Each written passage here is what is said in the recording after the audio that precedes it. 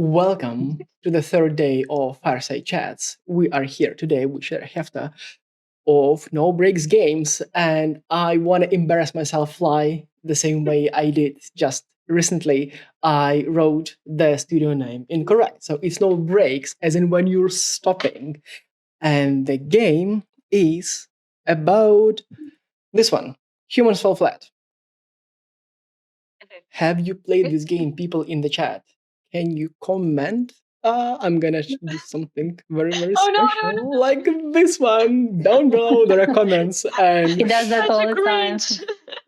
Bear with We it. hate him for that. you hate me for many other things. That's But fine. that's No. fine. Let's introduce Sitara today. And one moment. Sitara, you are connecting to us from Tenerife, right? Yes, that's right. I'm over in Tenerife. And then Karina is from Barcelona. And Lera is from, let me wait for it, the glorious country of Belarus. Yes. Let's get back to Star actually. Yes. We've just had a nice warm up. So, what do you remember about Star? Well, I remember that she really likes cats and Lord of the Rings. That's the most important information. And the second one that I really liked that your studio was formed after you released the game. That's for me sounding like very strange. So yeah, Karina, you get smart facts. Yeah. Right, but Sitara, she has a significant experience in games development, right? And she worked for huge monsters like Electronic Arts, and she worked for smaller companies. And right now, Sitara is the head of studio at No Breaks Games, the developer of Human Fall Flat, as like already mentioned. And I guess here comes my very first question. I know that Sitara, you are managing creative team and you're managing technical team at the same time. So I was wondering, like, how you adapted or repurposed your team, and how is that different from adapting just not creative team or not technical team? I suppose, I've come from a production background, so I started my career, about 9 years ago, as a graduate producer. I had the benefit, I've always worked in cross-discipline teams. I've never worked with just design or just code or just art. I've always worked with a bunch of different people from different backgrounds, which is awesome, because it means it's taught me lots of different things, and I feel like I'm constantly learning. And then even before my career started, I studied games computing at university. So there I learned some coding. I did some level design. I did some 3D modeling and animation, which I don't want to think about because it was terrible what I did. But that gave me a broad understanding of everything and how all the different bits fit together. And I used to make my own games and stuff when I was at uni as well.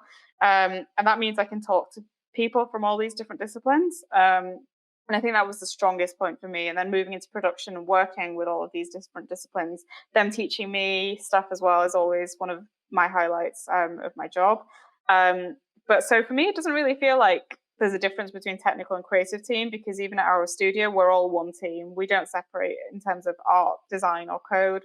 We all work together as one unit. And if there's like a particular feature or something we're trying to deliver, every discipline is involved in that, and we all talk together and we all come up with ideas together.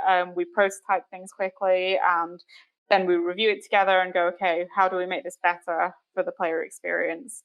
So yeah, I guess it feels like it's always been that way for me. Right. And you just mentioned that your team just love to socialize, that the other teams are just okay to be working from home, and your team is absolutely admiring to socialize and to work from the office, right? Yes, socialize safely is what I would add. Yeah, of course. Obviously, I mean, I guess the pandemic hit everybody quite hard this year. And we went into lockdown in March. For about 3 months, we were working from home. 3-4 months. I've lost track of time. This year's been weird. And then we reopened the studio when it was safe to do so. I guess we've been quite fortunate being based over in Tenerife. They've handled it very well over here. The case numbers have been significantly lower compared to elsewhere, and that meant we could reopen the studio. But we're practicing all the good things as well as socializing. We are like social distancing too, so it's been interesting because my team, we are all a very social, tight-knit, small team, because I think most of us have relocated from other countries to be here. So whilst we all work together, we're all friends as well, and we all like to, spend time together and things like that. So for us, opening the studio felt like the right move for people's mental health.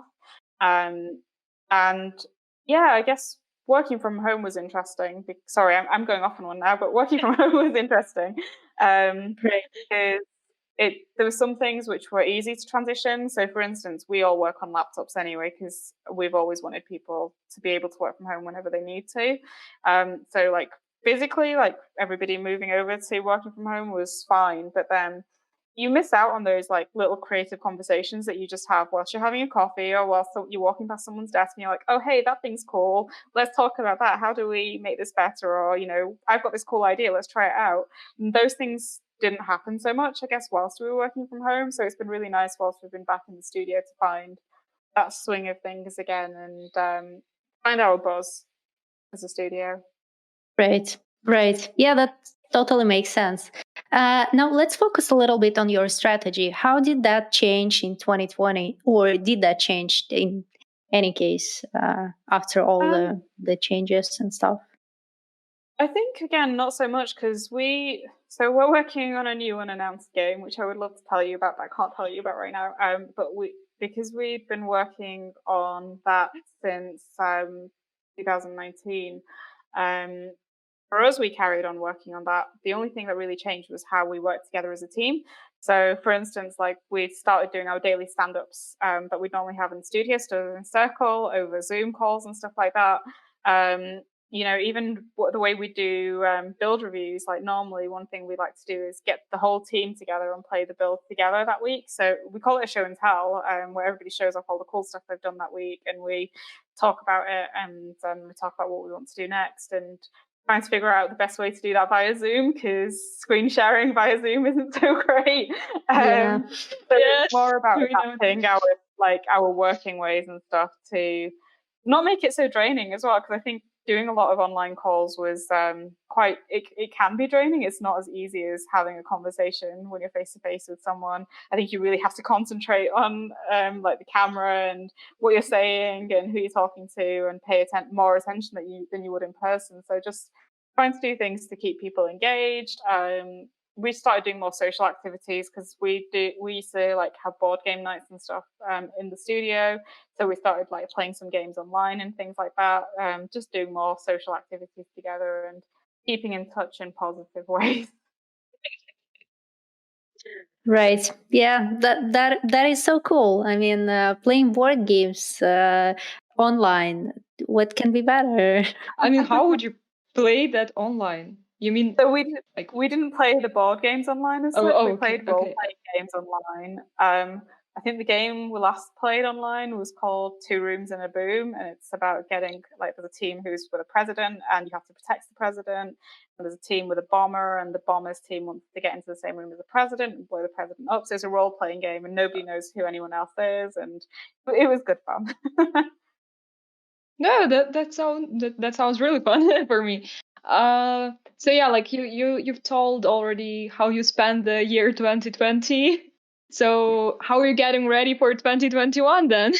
Do you have any plans or do you have any hopes for that? I hope it's a safer year for everyone. Yeah. Well, I think any year is going to be better than 2020. I hope 2021 is going to be a lot better for the whole world. It can't get any worse. Like it can't. Wait for it. Famous last word. Yeah. No, I think for us, fingers crossed. Yeah, we're just hoping to keep making cool stuff, which we hope that we can tell you about at some point in the future as well. I think for us, there's not anything that we're necessarily changing for too much for 2021. We are hiring more people, which is cool. We're growing the team a little bit, which is nice. It's always nice to get a few more new people into the team as well. But really, I guess it's going to depend on the state of the world. At the moment, we're probably going to continue with our current strategy, whereas if it's safe enough, we're working in the studio. If it's not safe enough, we'll just transition back to working from home. It's no problem at all. And then if the world is a safer place, maybe we can do more things in person. I don't know. It's a bit of a difficult one. Like surfing. Oh Like yeah, surfing. surfing. I guess a good example actually is we like to do a lot of play testing. We really like to play test what we're making with our community and things like that. And that was something that was challenging this year for us specifically because we'd planned to have work with our local school to have a load of people come in to play test the new stuff that we're working, and then lockdown hit us, so that didn't happen.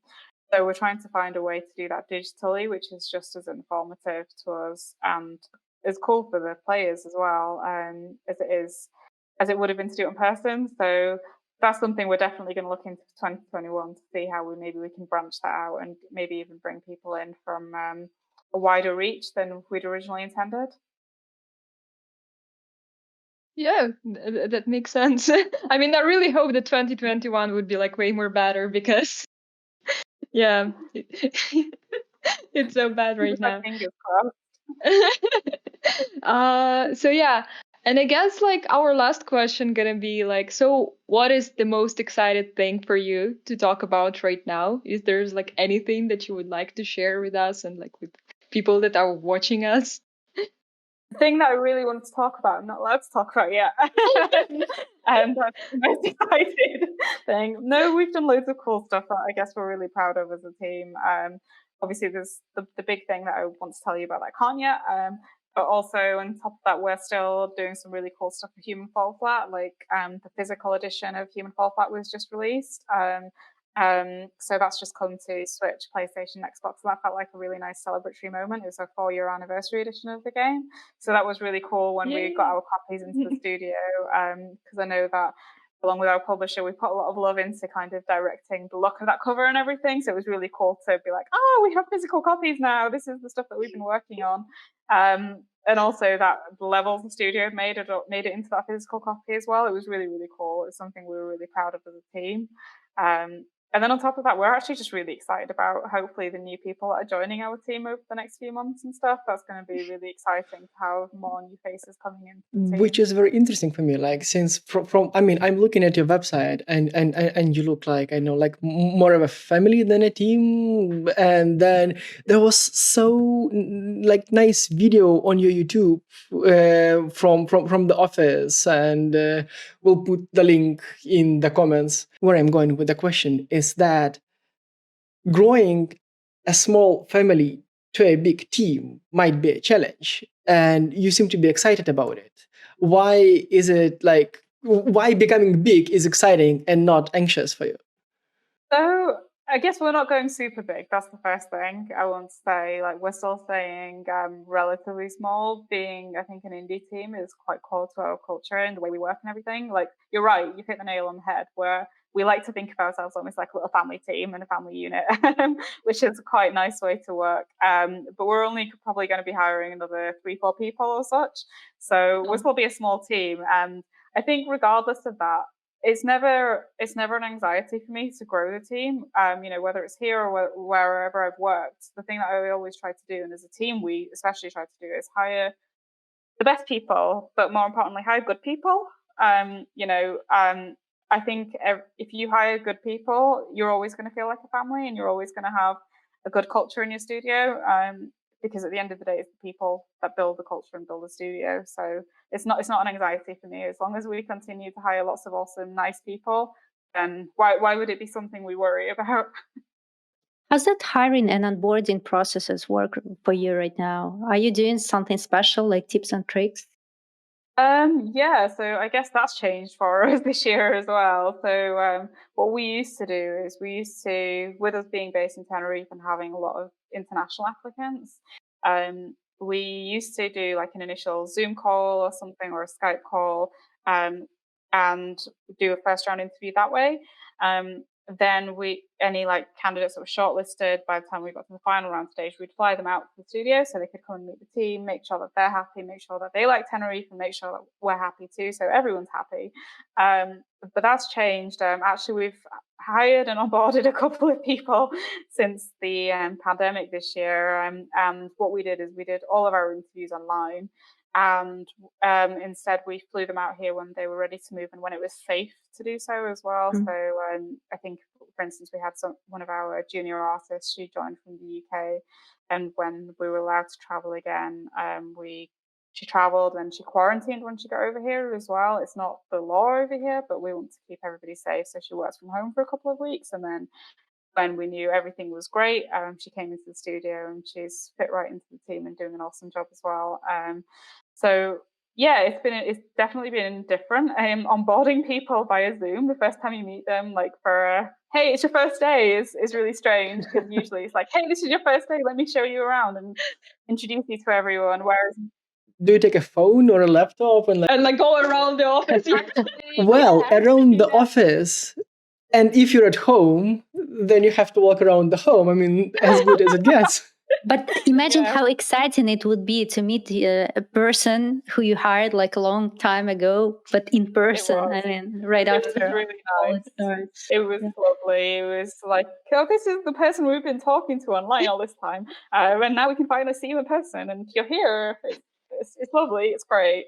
But yeah, we've definitely had to change our processes to adapt to that, so it's safe for everybody, whether it's the person we're interviewing or whether it's the team. That's the priority for us, making sure everybody's safe and healthy. And since you develop two consoles as well, and I'm not sure if consoles are priority or something else is a priority, but since right now everybody has to work from home or spend a lot of time at home, what happens to the dev kits and all that hardware that you need to develop for consoles? Do you have, I mean, these are heavy and huge devices, totally immobile. How do you solve that problem? We delivered them. We got approval from the relevant platform holders, and then we delivered them to some people's houses so they could get themselves set up. So we made sure everybody, not just dev kits, but made sure they have a desk, make sure they have a chair, make sure they have like all the equipment they would need to work from home. So we got everybody set up with their own mini offices as best as they could in their houses and stuff. So make sure everybody's comfortable, and make sure they've got all the hardware they need. So dev kits, monitors, keyboards, mouse, whatever it is you need. We did some drive arounds between the team, and did some safe drop-offs outside people's houses so they could get set up. So for us, and then with some dev kits, we just remoted into them. So obviously we had to leave things running in the studio, like our servers and everything, and we've got VPN and everything, so everything's super secure and we can still carry on doing development. Yes, since I think you have to have like a physical escrow, like a safe to hold the dev kits. So you had to install that, I assume, in people's houses, and it's It depends. It depends on the platform holder and what they negotiated. I think maybe for next gen kits, but we focused on current gen at the moment whilst we were in the pandemic anyway, whilst we were in lockdown specifically. So yeah, not it wasn't too painful for us. okay. If I can double down on that very question again, since consoles came a bit later, and did you do something special to transition to suddenly being a console developer, or did it become, naturally? Did Unity just solve everything for you, or was it an adventure? I think because Human Fall Flat specifically was released on PC and consoles before the studio existed. So Thomas, who's the original creator of Human Fall Flat and the founder of our studio, had a huge success with HFF, and that's why our studio came to be, because he wanted a team to make some more cool, awesome content and games for the studio. So I think naturally when we formed the studio, we've hired people who have come from a mix of backgrounds. So we've got people who are console developers, we've got people who are PC developers, we've had people come from mobile backgrounds as well, AAA and indie. And because we've got a mixture of all of these skills, for us, it didn't really feel like a transition, I think. it's just something that we've done from day one. And shall we play the game that everybody hates me for? What have you just learned today? Lara, you hate me most for this game. So Yeah. what you have learned for the last 20 minutes and the warm-up? Well, that some people actually want to go back to office and stop working from home, and like some teams are so social that they actually would like to work in office. For me, it's something that I don't understand actually. That's why that's what I learned. That there are And it must be because we have party Fridays, so it must be like we put music on, we have ice cream and all that kind of stuff. I think it's that. I think it's the ice cream. Okay, right now even I want to go to your office. Well, it's warm up there in Tenerife, so probably even I would consider. Maybe maybe we should do that. Shall we pack ourselves and fly out to Tenerife then? People Okay, watching let's us, go. what's on top of your mind? Do you want to fly to Tenerife? But no, let's not think about flights because it's yeah. No, because no. Do you have anything reassuring to say? I'm thinking, how exciting is that to work in a game development studio from Canary Islands? Well, that's a person from Barcelona commented, but still, I mean, this is such a cool place to be. I've never thought that there are actually actual game developers up there. I've never heard. This is Yeah, something I would just serve there, not work, you know. Like yeah, that's if you live in the such most a place- disturbing part, right? yeah, it's warm. You can serve. Like, why would you work there? So yeah. And that's actually a very good question. I mean, I don't know if I've always have worked in in colder places, and I just don't know how to how to make myself not look through the window and not want to like go out. You know, when it's super hot, you're like looking outside and you're like, no, I just gonna boil there. So you're like, okay, no, I'm sitting at home today. That's how it works. But I've been in Korea, it was exactly like this. I'm like, oh no, I'm not going out anywhere. Maybe at night, okay, but the day, no, thank you. It's not too hot here though, because we get the breeze from the sea, so it's kind of just that ideal temperature. I don't mean to rub it in. Oh no. I think we go surfing after work. Not me specifically, because I couldn't surf if I tried. I'm more of a swimmer, but lots of people like to go surfing and stuff. And even we have one of the team members go swimming at lunchtime and stuff. It's really cool. Nice to have the beach on your doorstep. Oh my god. Oh my god. I'm so envy right now, you know? How long are you living there already? It's nearly 2 years. In January, it's 2 years. Okay, and how long did the transition period lasted for you when you finally get switched from the sea or ocean to the to something that is happening on your computer? It was it was interesting because I got married a week before I flew out here, which was crazy. So it was a really busy period, and then I had to come and set up a studio from scratch, which was the most fun, and find a house as well. So everything happened at the same time. But I don't know what the transition was like. Sometimes I was sat outside with my laptop and then we'd go for a stroll by the beach or something after I finished working. It felt like one big blur, but in the best way. So much was going on at the time, like trying to, hey, I'm in a new place, I want to go and explore. Hey, I need to renovate an office and hire a team. Everything going off at one time. But it was a really, really awesome learning experience for me as well. And yeah, I don't know. The answer is I don't know. Okay, so it's not only me. No. It was an emotional journey, like to imagine ourselves on the beach right now and with the sun and all that. And yeah, because I'm looking outside from the window and I see cemetery right there. And it's already so dark for you, Lera. I can tell. Because it's like 5:30 p.m. already. So you know, I have like evening already. So yeah, dark and cemetery. That's Belarus for you, right? Yeah, but you're an artist, and we've discussed that before. Yes. That maybe for you, this setup will work to create something in this that could be mood. depressing. We don't really know. Because in one of our episodes on YouTube, we had this discussion whether an artist should beat the depression, or maybe an artist should just get to know his or her depression better and try to cope with it somehow.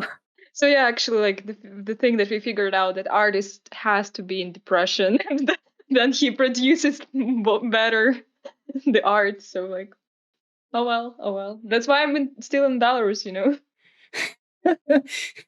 To make her productive. Yes. Yeah. Yeah. Goodbye. It was Yeah, a thank you pleasure. so much, Sitara, Thank for you very being much with for your us time. today.